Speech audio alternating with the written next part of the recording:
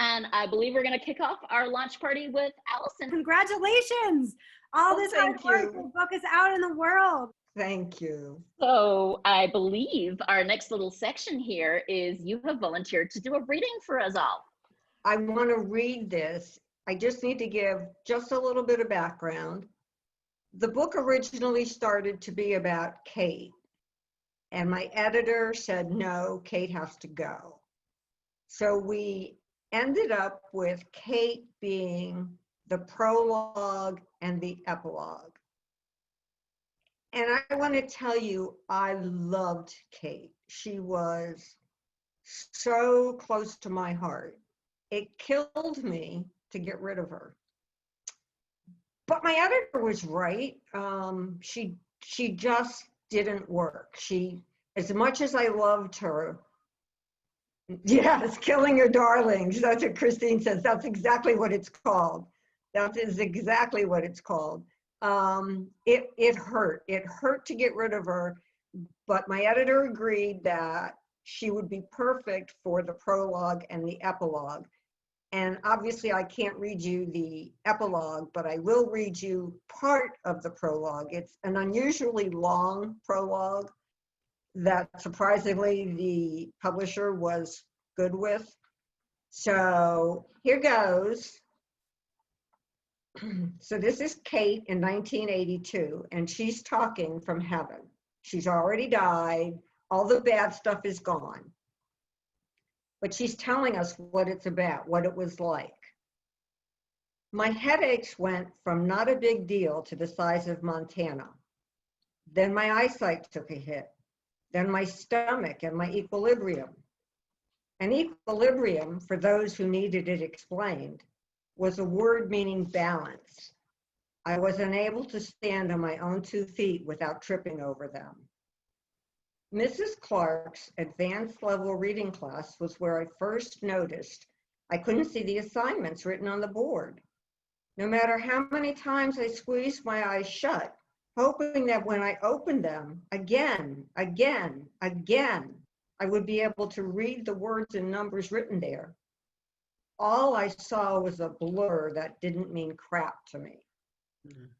I tried to remember the last time I easily read the board, but I couldn't. And so I did what kids did when they were scared, but too stupid to admit it.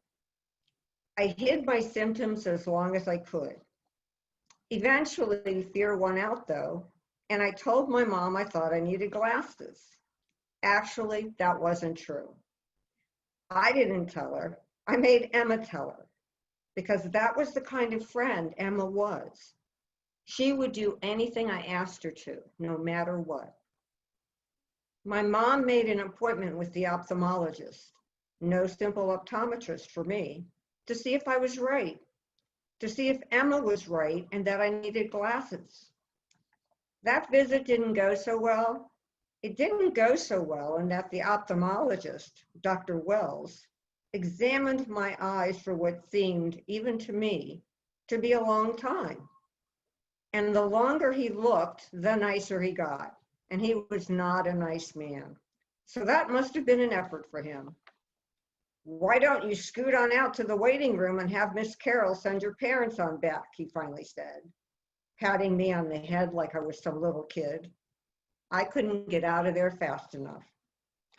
Miss Carroll, whom I will forever remember for her fondness for skin-tight faux leather pants, also patted me on the head before calling Mom and Dad into the office, which left me alone in the waiting room.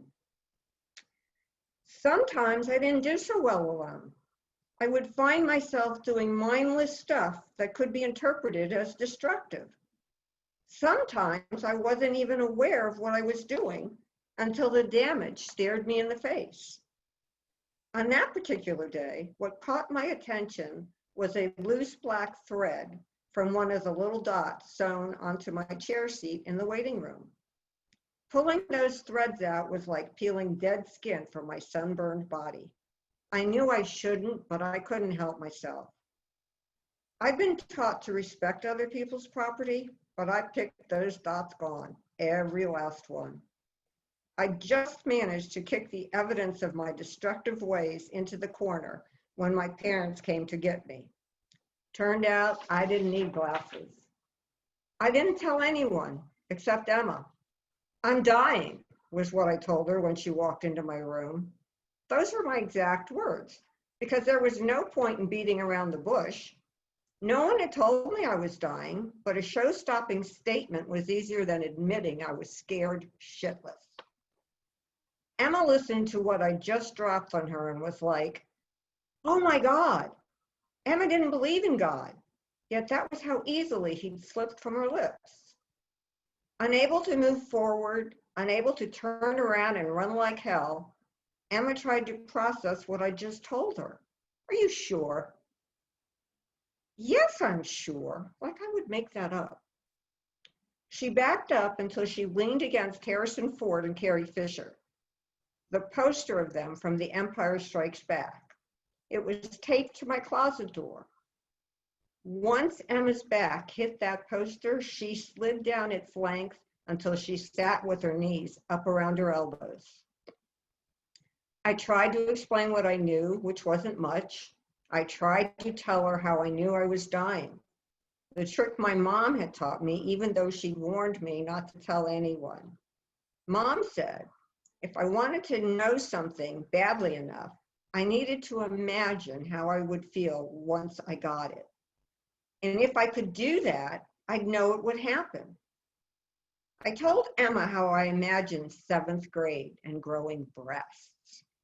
Having my sweaters fill out with something that didn't look like I'd pasted a couple of Hershey's Kisses to my chest. And I saw nothing, not even me. My mom was right. Emma looked at me like whatever brain cells I'd been born with had left town in a hurry. She jumped up from the floor and threw herself down on my bed, once again invoking God's name. Then she said nothing.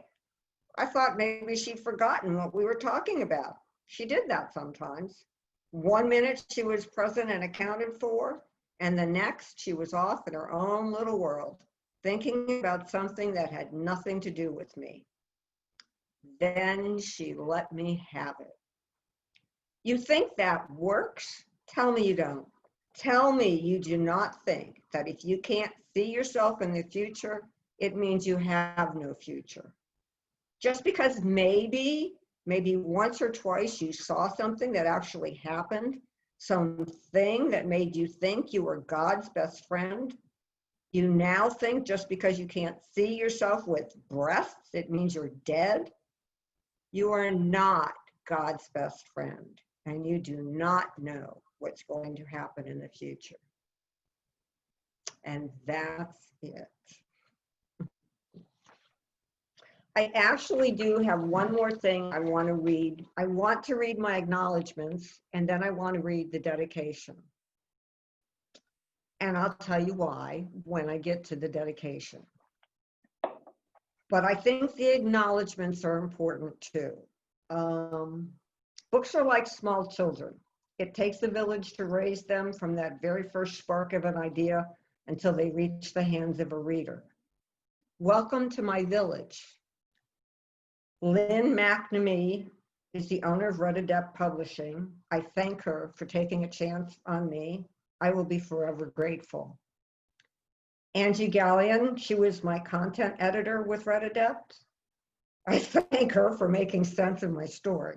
She's the one that made me get rid of Kate. Angela McCrae was my line editor, and I love that woman. She went above and beyond, from insisting I keep my actions in chronological order, to placing my modifiers where they belong, to helping me make sense of it all.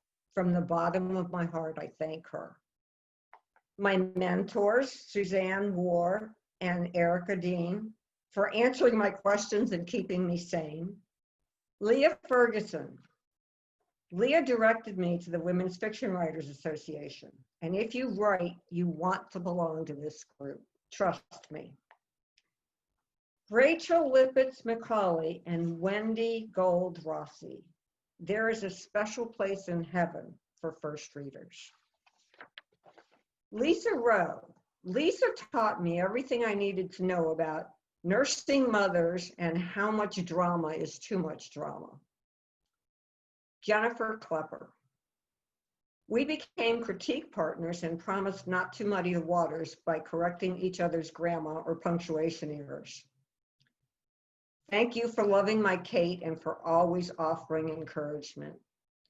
Jennifer has always said Kate was her all-time favorite character. Dr. Brady Godfrey. Brady clarified medical scenarios other than those specific to GBM. Any errors related to GBM are mine.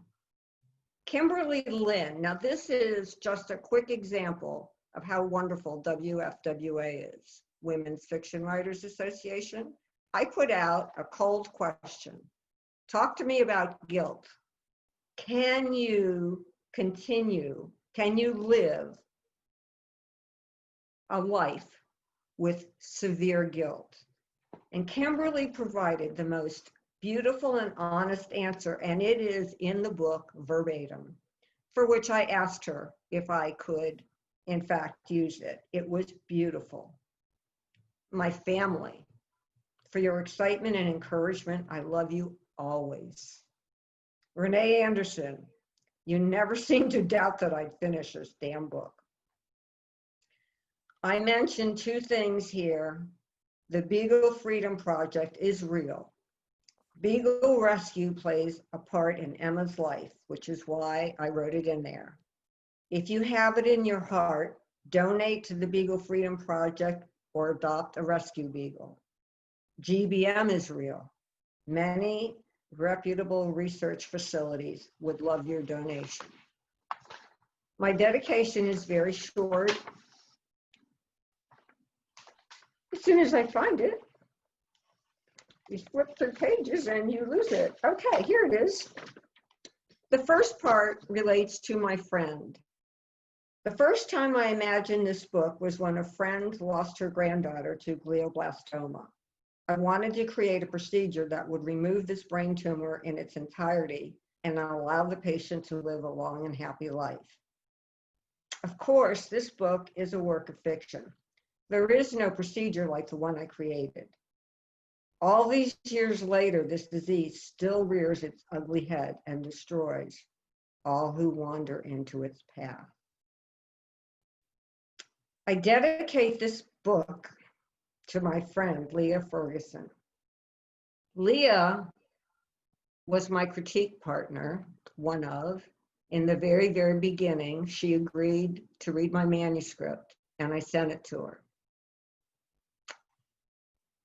And she started reading it, and she made some comments about liking it. And then I didn't hear from her. And her mother was diagnosed with glioblastoma. So, of course, we agreed she would not finish the book. Her mother died several weeks ago. And I know Leah's probably crying. I'm crying. No, no. I love you, Leah. I love you too, sweetheart. Love you, Leah. Love you too, Renee. And I'm sorry, guys, but I had to tell you, because that's where I come from.